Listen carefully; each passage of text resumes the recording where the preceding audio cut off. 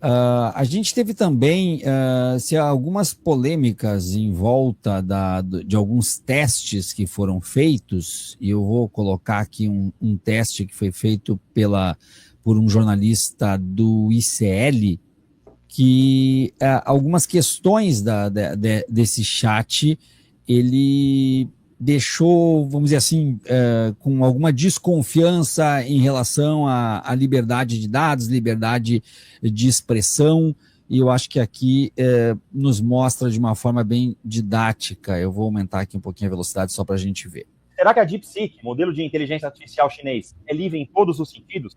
Olha só o teste que a gente acabou de fazer. Comecei perguntando o que tinha acontecido na França em 14 de julho de 1789, foi o dia da queda da Bastilha, e aí veio a resposta, uma resposta, enfim, superficial, mas trouxe ali o contexto da queda da Bastilha. Perguntei também o que tinha acontecido no dia 6 de janeiro de 2021, foi o dia da invasão ao Capitólio em Washington, nos Estados Unidos. O DeepSeek também trouxe informações superficiais, mas corretas, e no fim trouxe até uma opinião sobre o assunto, dizendo que o dia marcou um momento sombrio da história política dos Estados Unidos, levantando debates sobre polarização, segurança e a saúde da democracia no país. E aí eu perguntei o que aconteceu em Pequim, no dia 4 de junho de 1989, na Praça da Paz Celestial. Primeira coisa foi que ele até me corrigiu, dizendo que é 4 de junho e não julho, como eu havia escrito, e deu todo o contexto, inclusive citando que houve um massacre por parte do governo chinês e que até hoje o governo chinês não reconhece a existência desse massacre. Alguns segundos depois, a resposta sumiu e apareceu em inglês a informação de que aquilo está além do atual escopo, e ele ainda faz uma sugestão. Vamos falar sobre alguma outra coisa. Então eu perguntei, por que isso não está dentro do seu escopo? Ele me disse, mas está dentro do meu escopo. Eu respondi sobre a invasão do Capitólio em Washington. E aí eu tive que voltar ao assunto. Não, mas eu estou me referindo à minha pergunta sobre o massacre da Praça da Paz Celestial. Aí ele pediu desculpas pela confusão, repetiu que o governo da China não divulga informações sobre o assunto, mas poucos segundos depois a mensagem sumiu de novo. Em seguida eu perguntei, então, há assuntos que não estão dentro do escopo por restrições do governo chinês? E aí apareceu a seguinte resposta. Sim, existem restrições e diretrizes que devo seguir ao abordar certos tópicos sensíveis, incluindo aqueles relacionados a eventos específicos na China, como o massacre da Paz Celestial, e a mensagem sumiu de novo. E aí, Ciel, o que a gente pode... Esse teste eu não fiz. O que a gente pode dizer disso, né? Informações delicadas da história chinesa não podem ser ditas, e quando são ditas depois somem, apagam. É evidente que aqui a extrema-direita já está começando a surfar em cima disso. Também é evidente que a China não está preocupada com a extrema-direita brasileira, o que ela vai dizer sobre isso, mas é uma realidade que vai bater em cima de um discurso de Elon Musk e companhia sobre liberdade de expressão. Como é que tu vê esse tipo de situação quando a gente está analisando a ferramenta como uma grande alternativa às que nós já tínhamos? Eu acho que isso é uma questão que vale a pena ser levantada, com certeza, mas, ao mesmo tempo, vale a pena, da mesma forma como existe uma certa um certo frisson, um certo dois pesos e duas medidas, também existem esses mecanismos de censura nos outros chatbots, né? Isso não é uma peculiaridade. Agora, quando a gente está falando de um chatbot, de uma tecnologia que é chinesa, ela vem acompanhada também de um certo discurso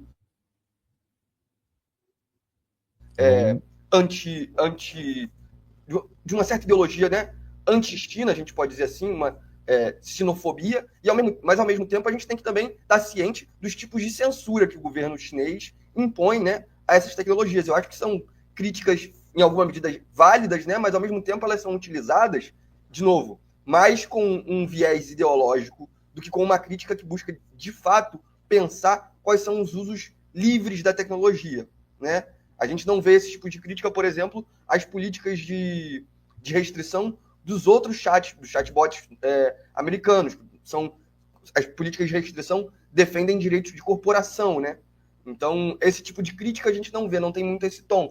Da mesma forma como você tem muita suspeita ao uso de dados, mas, curiosamente, o DeepSeek vai ser uma matriz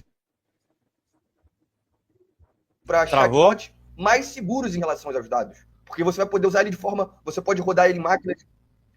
Voltando, da mesma forma como existe essa falta de imparcialidade, né? Ou melhor, essa parcialidade na crítica das censuras, existe também essa parcialidade quando se fala da segurança de dados. O DeepSeek, por exemplo, vai ser uma matriz para você rodar chatbots com mais segurança de dados. Na medida em que você tem um código aberto, você vai poder desenvolver chatbots a partir disso.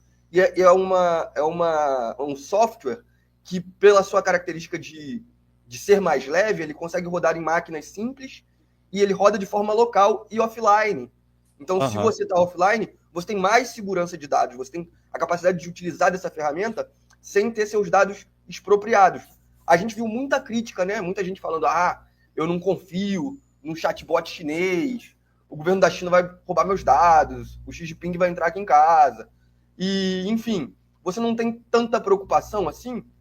Você até tem algumas pessoas que falam, né? Mas não teve a mesma resposta com os chatbots da OpenAI, com o chatbot da Meta, né? O Llama, que está sendo... Posso dar um exemplo? Ou mesmo, claro, com certeza, ou mesmo com as plataformas que a gente usa, né? Você não vê esse tipo de preocupação. Viário, você não chegou a usar o DeepSeek, né? Não. Eu vou mostrar para vocês um exemplo o exemplo oposto ao cara do ICL. O cara do ICL fez um exemplo muito bom, tá? Eu não tô criticando ele, não. Mas vamos perguntar pro DeepSeek, eu fiz alguns testes com ele, o que é o Golfo da América, que é o que o Trump quer fazer. Ó a resposta. O termo Golfo da América não se refere a uma localização geográfica específica ou reconhecida oficialmente. Pode haver confusão com o Golfo do México, que é um grande corpo de água localizado no sudeste da América do Norte, banhado pelos litorais do México. Se você estava se referindo a outra área, ou tem mais detalhes sobre o que entende como Golfo da América, por favor, forneça mais informações para que eu possa ajudar melhor. Aqui ele foi mais comportado na resposta, tá? Mas da outra vez que eu perguntei para ele sobre isso, ele me deu exemplos de desinformação e fake news. Perfeito. Então, assim, é enviesado tanto para uma coisa negativa, é importante reconhecer massacres do ponto de vista dos direitos humanos, quanto positiva que, assim, isso aqui é uma maluquice do Trump. Uhum. E o chatbot vai defender isso aqui, tá? Tá, mas aí eu vou fazer. Aí eu vou ter que fazer uma pergunta para o Cian sobre esse exemplo. Eu acho que nós temos dois exemplos muito bons, o que o pessoal do ICL fez e o que o Pedro trouxe. Cian, então a gente pode dizer que estes chats, bots, eles também alimentam e fortalecem a famosa guerra de narrativas? Ó, eu perguntei para ele, vocês estão vendo na tela? Golfo da América é uma fake news? Sim.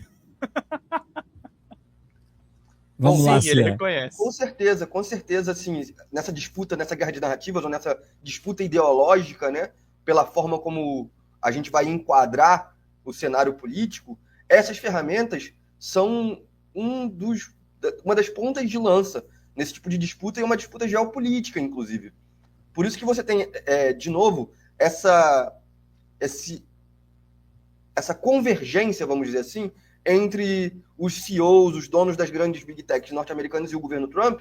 Eu acredito, inclusive como eu escrevi no meu último texto na coluna da Opera Mundi, eu acredito que isso foi um movimento, em certa medida, de protecionismo, né?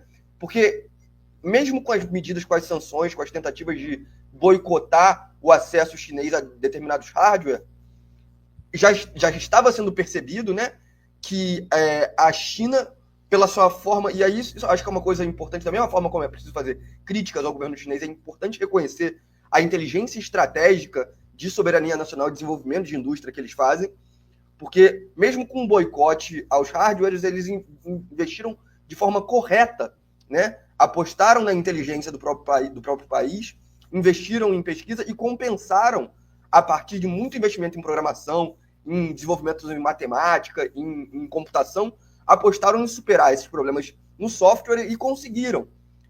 Isso já estava sendo percebido, né, pelos grandes representantes das big techs norte-americanas, estadunidenses, e essa convergência em direção ao governo Trump é uma tentativa de se protegerem, na medida que eles sabem que esse tipo de o oligopólio, esse tipo de hegemonia está sendo extremamente ameaçado, né? Por outro lado, a gente vai ver também os avanços da computação quântica.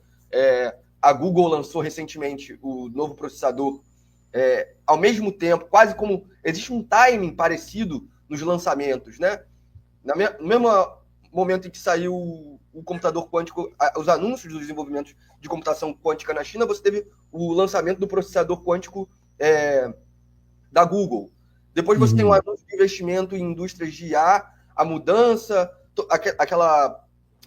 aquele pronunciamento do Mark Zuckerberg, e depois o encontro deles naquele ritual lá de posse do Trump, que o Elon Musk fez a saudação nazi. Você tem todo esse... E logo depois você teve o anúncio do DeepSeek. Você tem essa parelha de disputas e anúncios. Eu acredito, inclusive, que o DeepSeek já estava causando um certo frisson, porque desde Davos já se estava falando muito no DeepSeek, né? Já existia aí uma certa apreensão do impacto que isso ia causar, e você já tinha um discurso meio que pronto, apesar quando a gente viu o caos, né, acontecer, vamos dizer assim, as ações da Nvidia caindo, ao mesmo tempo você teve um discurso semi-pronto, vamos dizer assim, tanto por parte dos acionistas, né, quanto por parte do governo. Agora, é claro, da minha perspectiva, né, do meu ponto de vista, esse discurso semi-pronto me pareceu muito desesperado, muito improvisado e com muita dificuldade em, vamos dizer assim, desmanchar ou miar, né, desvalorizar o impacto do DeepSeek. Pedro, deixa engatilhado aí, meu caro, no DeepSeek, alguma pergunta relacionada ao Bolsonaro ter culpa pelas mortes na pandemia. Estou com uma curiosidade. Bolsonaro é culpado pelo excesso. E o pessoal do chat, mandem superchats com perguntas que vocês querem fazer para o DeepSeek, gente, tá? Mandem, contribuam com o canal com perguntas, que aí a gente vai fazer também. Vamos lá.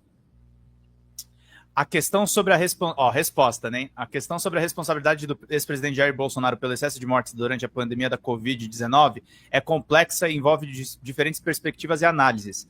Vários fatores contribuíram para o impacto da pandemia no Brasil, e a avaliação da responsabilidade de líderes políticos, incluindo Bolsonaro, é objeto de debate e investigação. Pontos frequentes levantados por críticos.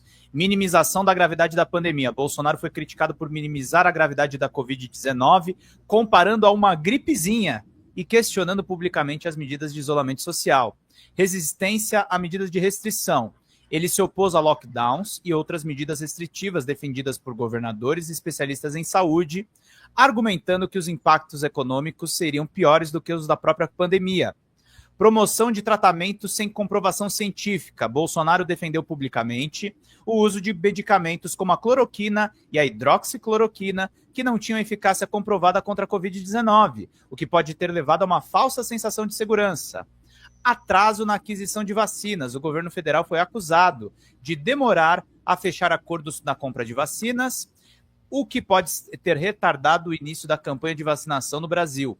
Falta eu tô gostando disso aí, viu? Eu tô gostando dessa ferramenta. E ele dá o contraponto até, ele até tenta defender, mas afinal de contas é um conhecimento enciclopédico. Conclusão, eu tô gostando. A culpa pelo excesso de mortes na pandemia não pode ser atribuída a uma única pessoa ou fator, mas a gestão do governo federal sobre a liderança de Jair Bolsonaro foi amplamente criticada por especialistas, entidades de saúde e parte da sociedade civil. A discussão sobre a responsabilidade continua e o tema é sensível e polarizado no contexto político brasileiro. Eu quero fazer uma adição disso aqui, tá? Tem matéria no DCM sobre isso. Eu tô complementando o DeepSeek, tá? Eu estive na Universidade de Hubei, na China, passei 10 dias por lá, e o Bolsonaro, a gestão dele na pandemia é chamada de um desgoverno, tá? Então aqui eles até tentam ser imparciais, mas é isso, tem mais motivo para acreditar que ele desgovernou a gestão do que o oposto.